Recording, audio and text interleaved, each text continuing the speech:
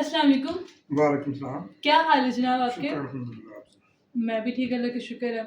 اچھا ناصر صاحب، آپ کی ویڈیوز پہ کچھ لوگوں کے کمنٹس آئے ہیں جن میں ایک تو وہ یہ پوچھ رہے ہیں کہ کیا آپ جاوید گامدی صاحب کے بیٹے ہیں، اور کبھی یہ کہہ رہے ہیں کہ آپ گامدی صاحب کے رشتہ دار ہیں. ایک تو ان کمنٹس کا جواب دے دیں، دوسرا یہ بھی بتا دیں کہ آپ کو گامدی صاحب کی تبلیغ کرنے کا انداز کیسا لگتا ہے؟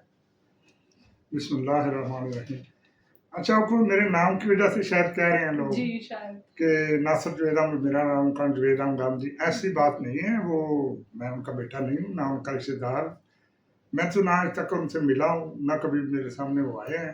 ویڈیوز میں نے ان کی دیکھی ہیں کئی دفعہ راہ جاتے ہوئے ان کی، لیکن میں جب بھی ان کو سنا ایک اچھا عالم پایا. ایسے عالم دنیا میں بہت کم پیدا ہوتے ہیں. ہزاروں سالوں میں کوئی ایک عالم ایسا ہوتا ہے جیسے وہ عالم.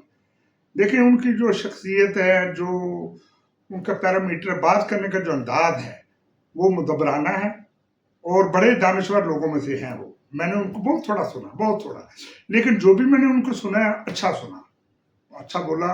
مددر طریقے سے وہ بیان کرتے ہیں. ایسی دلیل کوئی نہیں دیتا جیسی وہ دیتے ہیں. تو بہترین عالم ہے. ہزاروں سالوں میں ایسا عالم نہیں پیدا ہوتا جیسے وہ ہیں. اور میری خواہش بھی ہے ان سے میں ملاقات کروں. جیسے ہی مجھے ایز سون ایز پاسبل موقع ملا، میں ان سے ضرور ملاقات کرنا چاہوں گا. ایسے اگر عالم ہوں جیسے وہ ہیں تو عالم اسلام غالب آ جائے پوری دنیا پر. دیکھیں یہ جو من گھڑت باتوں کو پھیلانا اور پھر یہ کہنا جی یہ دیکھیں جی وہ دیکھیں جی فلانا طریقہ، جو صحابہ کا طریق تھا نا، وہ کوئی علیحدہ طریق نہیں تھا. وہ طریق تھا جو رسول اللہ کا طریق تھا، جو نبی اکرم صلی اللہ علیہ وسلم کا طریق تھا. ابھی لوگ وہ سارے کس پر تھے؟ توحید پر تھے، توحید پر کام. دوسرا تو کوئی کنسیپٹ ہی نہیں تھا. یہ تو بعد میں بنے ہیں.